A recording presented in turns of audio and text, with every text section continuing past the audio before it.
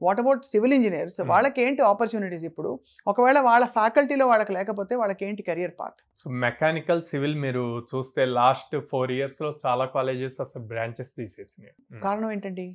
అంటే దాంట్లో జాబ్స్ లేవు, కోర్ జాబ్స్ లేవు అన్న పాయింట్ తో అనమాట. అండ్ ఎక్కువ మంది ఇంట్రెస్ట్ చూపిట్లా మెకానికల్ సివిల్ నేర్చుకోవటానికి. ప్రతి ఒక్కళ్ళు సాఫ్ట్వేర్ ఇదే నేర్చుకోవాలి, కంప్యూటర్స్ ఏ నేర్చుకోవాలి అన్న పాయింట్ లో ఉన్నారు. అవును అవును.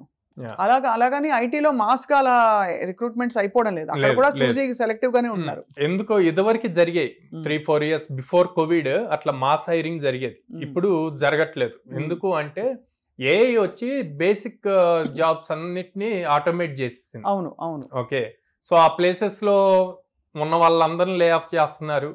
ఎవరైతే అప్ స్కిల్ అవ్వట్లేదో వాళ్ళని లే ఆఫ్ చేస్తున్నారు. అంటే హ్యూమన్ చేయాల్సిన పని ఏఐ చాలా వరకు కంప్లీట్ చేస్తుంది. అవును అవును. 5 చేసే పనిని ఒక్క పర్సనే ఏఐ హెల్ప్ తీసుకొని చేస్తున్నారు. అవును. అప్పుడు వీళ్ళు కూడా అదే లెవెల్లో స్కిల్ నేర్చుకోవాలి కదా, అప్గ్రేడ్ అవ్వాలి, అప్డేట్ అవ్వాలి. అవును. పైథాన్, జావా నేర్పిస్తున్నా వాటిల్లో కూడా ఏఐ ఇంక్లూడ్ చేసి ఎలా చేయాలన్నది నేర్పిస్తాం.